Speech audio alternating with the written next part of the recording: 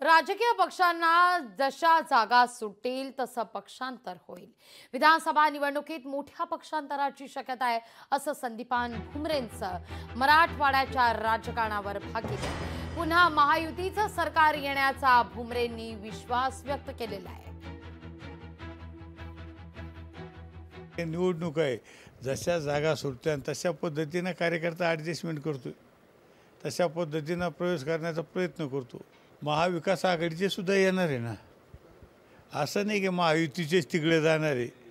महाविकास आघाडीचे बी इकडे येऊ राहिले, तुम्हाला दिसेना आता हे सीझन आहे।